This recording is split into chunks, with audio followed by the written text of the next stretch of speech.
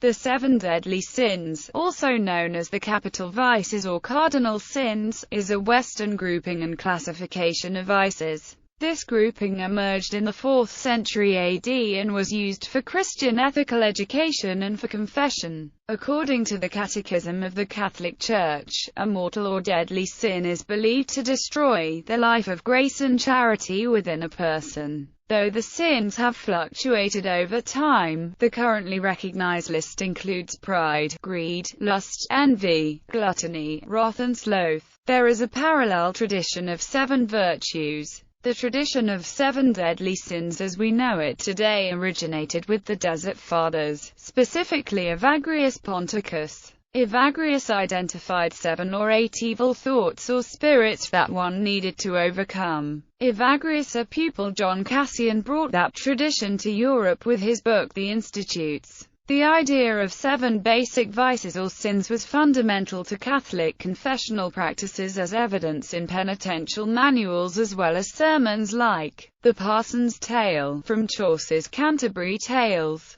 This connection is also clear in how Dante's Purgatory is arranged by the 7 deadly sins. The concept of 7 deadly sins was used throughout the medieval Christian world to teach young people how to avoid evil and embrace the good as is, evident in treatises, paintings, sculpture, decorations on churches. Works like Peter Bruegel the Elder's Prince of the 7 Deadly Sins as well as Edmund Spenser's The Fairy Queen show the continuity of this tradition into the modern era. A commonly used mnemonic acronym to remember the 7 deadly sins is SALIGI, based on the first letters in Latin of the 7 deadly sins: superbia, avaritia, luxuria, invidia, gula, ira, acedia. History. Biblical antecedents. The 7 deadly sins in their current form are not found in the Bible, however there are biblical antecedents. One such antecedent is found in the book of Proverbs chapter 6 verses 16 to 19. Among the verses traditionally associated with King Solomon, it states that the Lord specifically regards 6 things the Lord hateth, and 7 that are an abomination unto him, namely, a haughty disdainful look, a lying tongue, hands that shed innocent blood,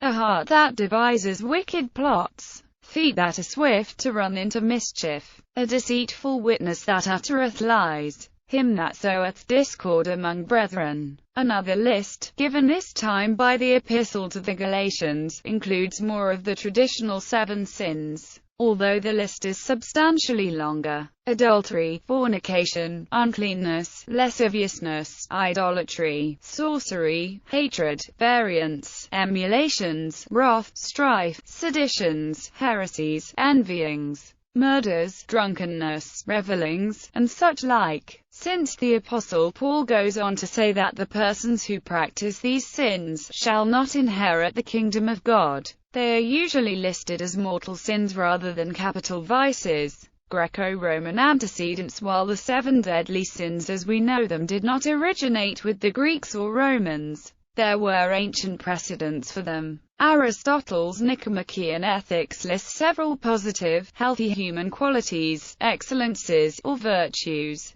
Aristotle argues that for each positive quality there are 2 negative vices that are found on each extreme of the virtue. Courage, for example, is the human excellence or virtue in facing fear and risk. Excessive courage makes one rash, while a deficiency of courage makes one cowardly. This principle of virtue found in the middle or mean between excess and deficiency is Aristotle's notion of the golden mean. Aristotle lists virtues like courage, temperance or self-control, generosity, greatness of soul, proper response to anger, friendliness, and wit or charm. Roman writers like Horace extolled the value of virtue while listing and warning against vices. His first epistles says that, to fly vice is the beginning of virtue, and to have got rid of folly is the beginning of wisdom. Origin of the currently recognized 7 deadly sins. The modern concept of the 7 deadly sins is linked to the works of the 4th century monk Evagrius Ponticus,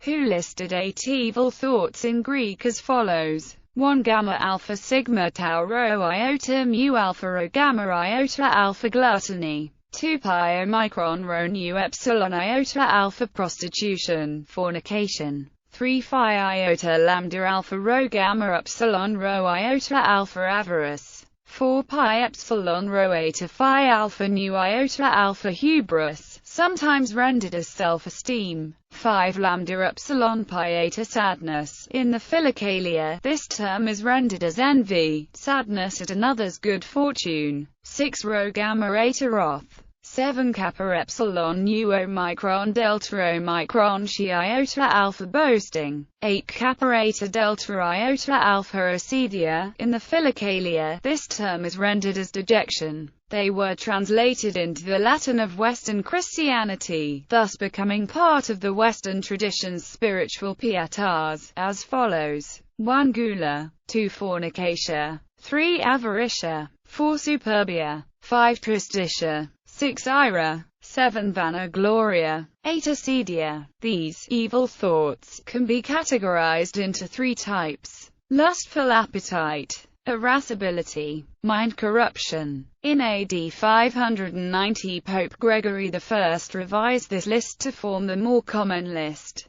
Gregory combined tristitia and acedia, vanagloria and superbia, and added envy. Gregory's list became the standard list of sins. Thomas Aquinas uses and defends Gregory's list in his Summa Theologica. Historical and modern definitions. Lust, or lechery, is an intense and uncontrolled desire. It is usually thought of as uncontrolled sexual wants. However, the word was originally a general term for desire. Therefore, lust could include the uncontrolled desire for money, food, fame, or power. In Dante's Purgatorio, the penitent walks within flames to purge himself of lustful thoughts and feelings. In Dante's Inferno, unforgiven souls of the sin of lust are blown about in restless hurricane-like winds, symbolic of their own lack of self-control to their lustful passions in earthly life. Gluttony. Gluttony is the overindulgence and overconsumption of anything to the point of waste.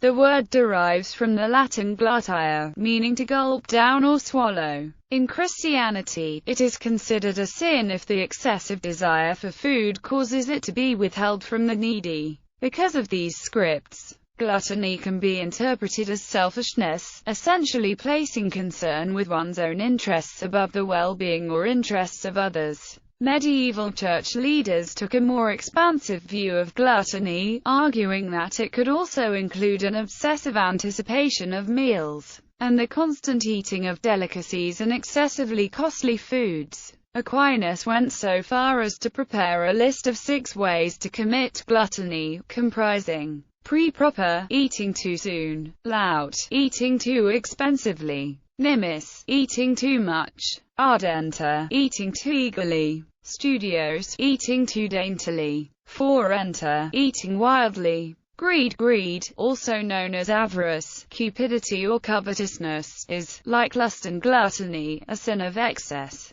However, greed is applied to a very excessive or rapacious desire and pursuit of material possessions. Thomas Aquinas wrote, "Greed is a sin against God, just as all mortal sins. Inasmuch as man condemns things eternal for the sake of temporal things." In Dante's Purgatory, the penitents were bound and laid face down on the ground for having concentrated too much on earthly thoughts, hoarding of materials or objects, theft and robbery, especially by means of violence, trickery, or manipulation of authority, are all actions that may be inspired by greed. Such misdeeds can include simony, where one attempts to purchase or sell sacraments, including holy orders and, therefore, positions of authority in the church hierarchy. As defined outside of Christian writings, greed is an inordinate desire to acquire or possess more than one needs, especially with respect to material wealth. Sloth can entail different vices. While sloth is sometimes defined as physical laziness, spiritual laziness is emphasized. Failing to develop spiritually will lead to becoming guilty of sloth. In the Christian faith, sloth rejects grace and God. Sloth has also been defined as a failure to do things that one should do. By this definition, evil exists when good men fail to act. Edmund Burke wrote in Present Discontents, "No man, who is not inflamed by vainglory into enthusiasm, can flatter himself that his single, unsupported, desultory, unsystematic endeavors are of power to defeat the subtle designs and united cabals of ambitious citizens. When bad men combine, the good must associate, else they will fall, one by one, an unpitied sacrifice in a contemptible struggle, over time." The acedia in Pope Gregory's order has come to be closer in meaning to sloth. The focus came to be on the consequences of acedia rather than the cause, and so, by the 17th century,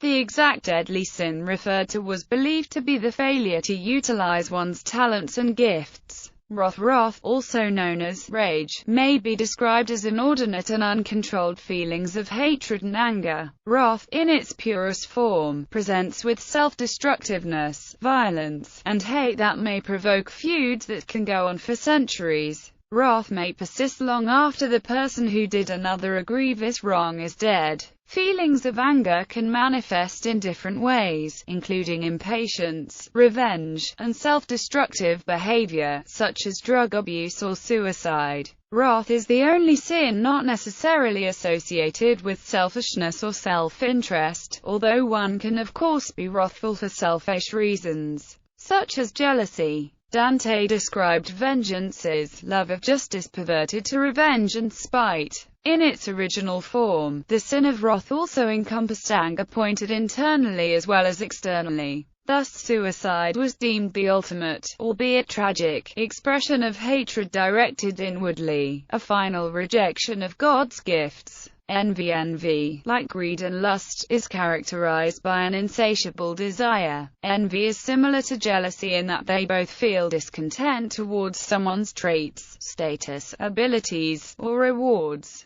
The difference is the envious also desire the entity and covet it. Envy can be directly related to the Ten Commandments, specifically, neither shall you desire anything that belongs to your neighbor. Dante defined this as a desire to deprive other men of theirs. In Dante's Purgatory, the punishment for the envious is to have their eyes sewn shut with wire because they have gained sinful pleasure from seeing others brought low. Aquinas described envy as sorrow for another's good. Pride, or hubris, is considered, on almost every list, the original and most serious of the 7 deadly sins, the source of the others. It is identified as believing that one is essentially better than others, failing to acknowledge the accomplishments of others, and excessive admiration of the personal self. It also includes vainglory, which is unjustified boasting. Dante's definition of pride was love of self, perverted to hatred and contempt for one's neighbor. In Jacob Biedermann's medieval miracle play, Cenodoxus,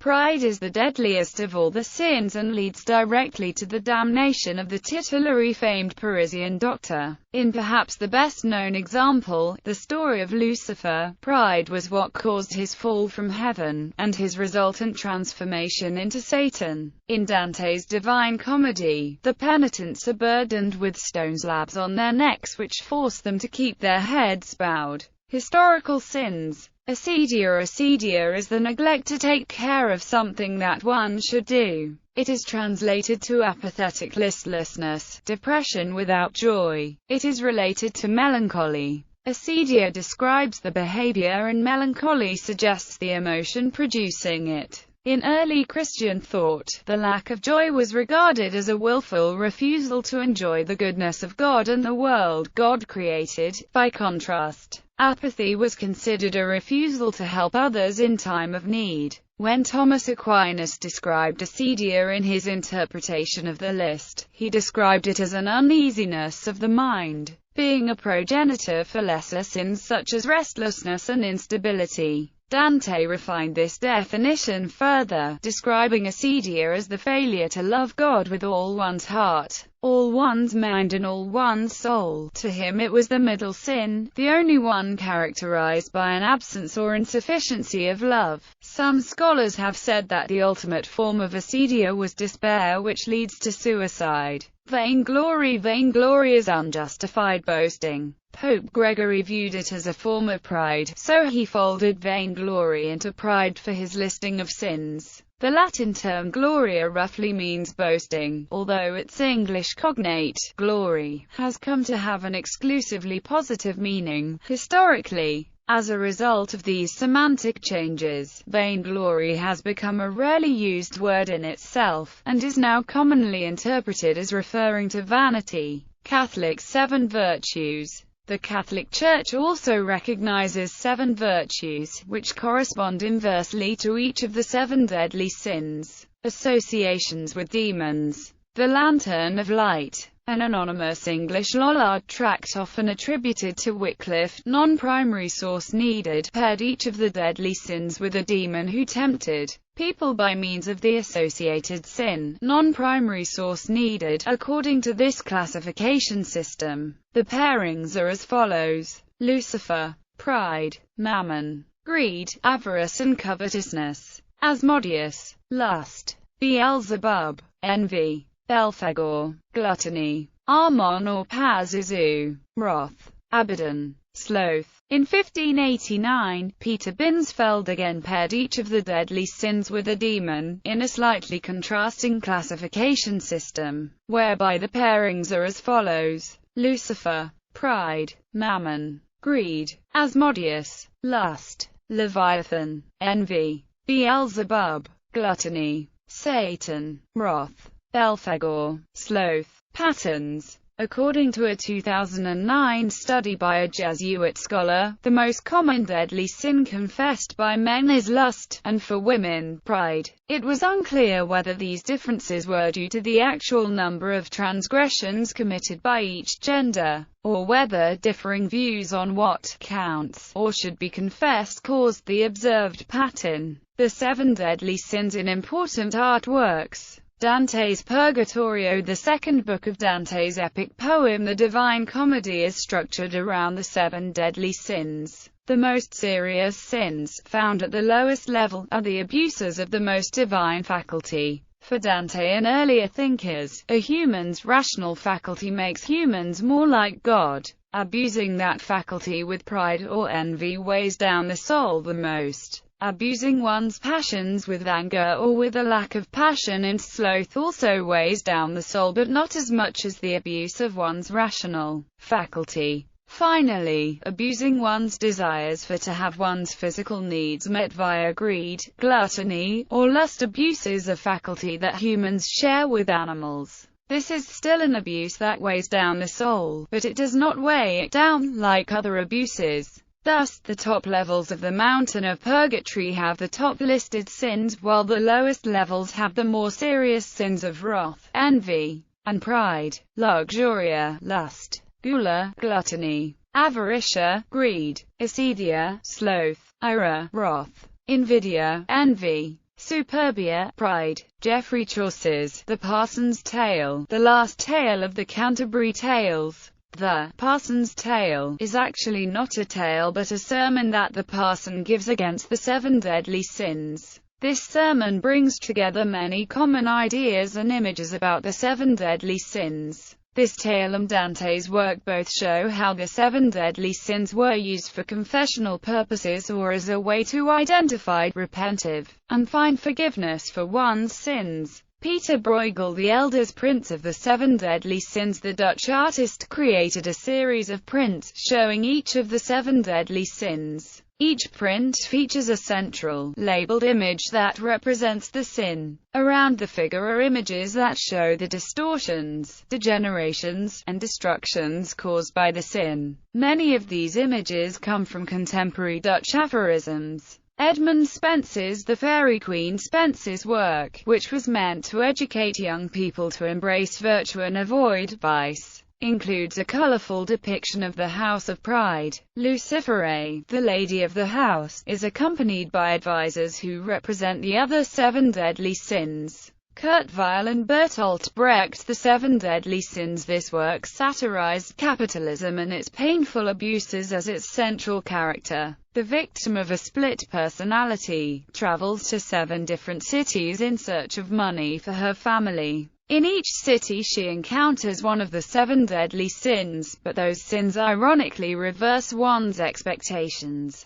When the character goes to Los Angeles, for example, she is outraged by injustice, but is told that wrath against capitalism is a sin that she must avoid. Paul Cadmus. The 7 Deadly Sins. Between 1945 and 1949, the American painter Paul Cadmus created a series of vivid, powerful, and gruesome paintings of each of the 7 deadly sins.